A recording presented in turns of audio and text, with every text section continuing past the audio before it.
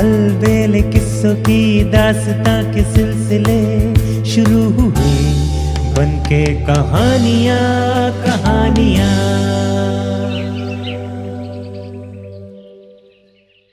आइए सुनते हैं आज की कहानी, भाइयों को मिली सीख।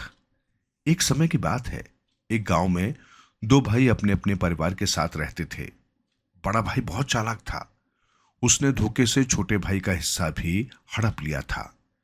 छोटा भाई गरीबी में अपने दिन गुजार रहा था। एक दिन छोटा भाई शाम को अनाज लेकर घर पहुंचा तो उसकी घरवाली ने कहा, खाना बनाने के लिए लकड़ी खत्म हो गई है और भूख के मारे मेरा बुरा हाल हो रहा है। छोटे भाई की घरवाली की नजर तभी आंगन में रखी बाप दादा के जमाने की लकड़ी की गणेश जी की मूर्ति पर गई।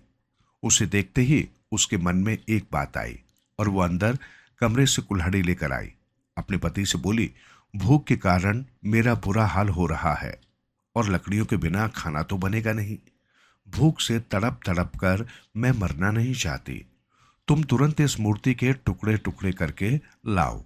आज का काम तो मैं इसी से चला लूंगी।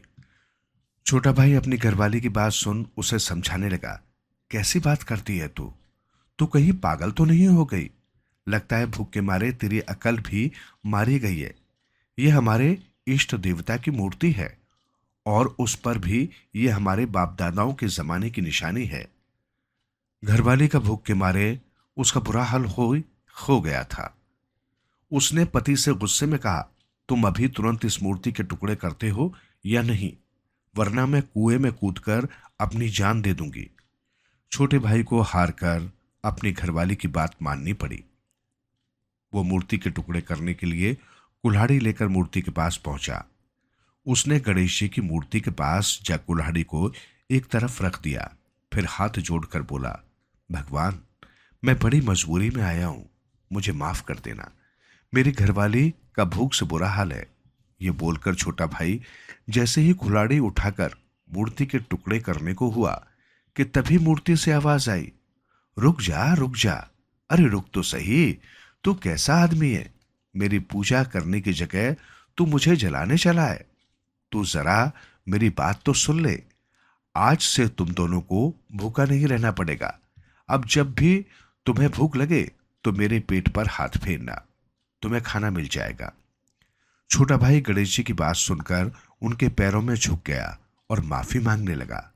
इतने में उसकी घरवाली आई और अपने पति को गणेश जी की मूर्ति के पैरों में पड़ा देख वो अपने पति पर गुस्सा करने लगी।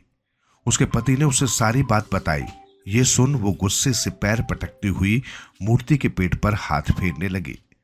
तुरंत ही उसके सामने स्वादिष्ट पकवान और मिठाई आ गई। दोनों ने खुशी खुशी भोजन किया। ऐसा बढ़िया भोजन दोनों ने जिंदगी में पहली बार खाया था। उस दिन से उनका जीवन बड़े मजे में कटने लगा। देखते देखते छोटा भाई सुखी संपन्न होता गया। ये सब देख उसके बड़े भाई को जलन होने लगी। वो सोचने लगा कि आखिर उसे ऐसा क्या मिल गया है जो वो दिनों दिन सुखी संपन्न होता जा रहा है। उसके घर में कभी खाने के भी लाले थे, जिसकी वजह से घर में रोज लड़ाई झगड़े होते थे। अब वहां कैसे सुख शांति छाई हुई है? इसमें जरूर कोई राज है, इसका पता लगाना पड़ेगा। बड़े भाई ने अपनी घरवाली से कहा, तुम उसके घर जाकर किसी बहाने से पता लगाओ कि उसके दिन अचानक किस तरह से बदल गए। अगले दिन बड़े भाई की घरवाली चूल्हा जलाने के लिए आग लेने उसके घर पहुंची। छोटे भाई की घरवाली सीधी साधी थी। वो बोली, अरे जी, हमारे घर में तो अब चूल्हा जलता ही नहीं, चूल्हा जले बहुत दिन हो गए। ये सुन बड़े भाई की घरवाली को बड़ा आश्चर्य हुआ। उसने पूछा, हैं, काफी समय से चूल्हा नहीं जला तो तुम लोग खाते क्या हो और पकाते कैसे हो? छोटे भाई की घरवाली ने मूर्ति वाली सारी बात बता दी। बड़े भाई की घरवाली उसके घर से निकली, भागती हुई अपने घर जा पहुंची। उसने अपने पति को सारी बात बताई और बोली, गणेश जी की मूर्ति में तो हमारा भी हिस्सा है, तुम भी अपनी कुल्हाड़ी लेकर जाओ और उन्हें धमकाओ। जब गणेश जी ने तुम्हारे छोटे भाई को दिया है तो हमें क्यों नहीं देंगे? बड़ा भाई अपनी घरवाली की बात सुन कुछ देर चुप रहा, फिर सोच विचार कर बोला, अरे मूर्ख, हमारे पास भला किस चीज की कमी है? भगवान ने हमें सब कुछ तो दिया है। लेकिन उसकी घरवाली ने उसकी एक न सुनी और जिद पकड़कर बैठ गई। अंत में मजबूर होकर अपनी कुल्हाड़ी ले मूर्ति के पास उसे जाना पड़ा। वो गणेश जी की मूर्ति के ऊपर कुल्हाड़ी उठाते हुए बोला, भगवान, मैं आपको काटना नहीं चाहता, मगर क्या करूं? मेरी घरवाली जिद पकड़कर बैठ गई है। जैसे ही बड़े भाई ने कुल्हाड़ी उठाई तो मूर्ति के अंदर से आवाज आई, रुक रुक रुक, रुक तो सही। अरे मेरी बात तो सुन। अब तू भी मेरे पेट पर हाथ फिराकर वही सब चीजें पालेगा जो तेरे भाई को मिलती हैं। बड़े भाई ने तुरंत कुल्हाड़ी फेंक दी और गणेश जी के पेट पर हाथ फेरने लगा, लेकिन उसका हाथ अचानक मूर्ति के पेट पर चिपक गया। भोजन तो मिला ही नहीं भगवान, उल्टे मेरा हाथ ही चिपक गया। ये सुन गणेश जी मन ही मन मुस्कुराने लगे। इतने में बड़े भाई की घरवाली आई। उसने जैसे ही अपने पति को छुड़ाने की कोशिश में हाथ लगाया, वो भी चिपक गई। देखते देखते उसके बच्चे और नौकर भी एक एक करके चिपकते चले गए। बड़ा भाई और उसकी घरवाली गणेश जी से विनती करने लगे।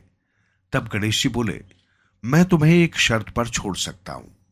अगर तुम अपनी संपत्ति और धन दौलत में से आधा अपने छोटे भाई को दे दो तो मैं तुम्हें छोड़ दूंगा। मरता क्या न करता। बड़े भाई ने अपनी संपत्ति और धन दौलत में से आधा अपने छोटे भाई को दे दिया। तब गणेश जी ने सभी को छोड़ दिया। फिर बड़ा भाई अपने छोटे भाई के साथ गणेश जी के पास गया और बोला, भगवान, अब तो आप हम पर खुश हैं ना? मैंने आपकी इच्छा अनुसार अपनी सभी चीजों का बंटवारा बराबर कर दिया, यहां तक कि सुई तक का भी बंटवारा कर दिया। ये सुन गणेश जी बोले, हाँ, अब मैं तुमसे बहुत खुश हूं। बड़ा भाई पिता के समान होता है, उसे पूरे परिवार में सभी का ख्याल रखना चाहिए। आज से तुम मुझे वचन दो कि तुम सब लोग मिलजुल कर प्यार और स्नेह से रहोगे। इस पर सबने गणेश जी को ऐसा ही वचन दिया। फिर तो गणेश जी की कृपा से दोनों भाई सुखपूर्वक अपना जीवन बिताने लगे।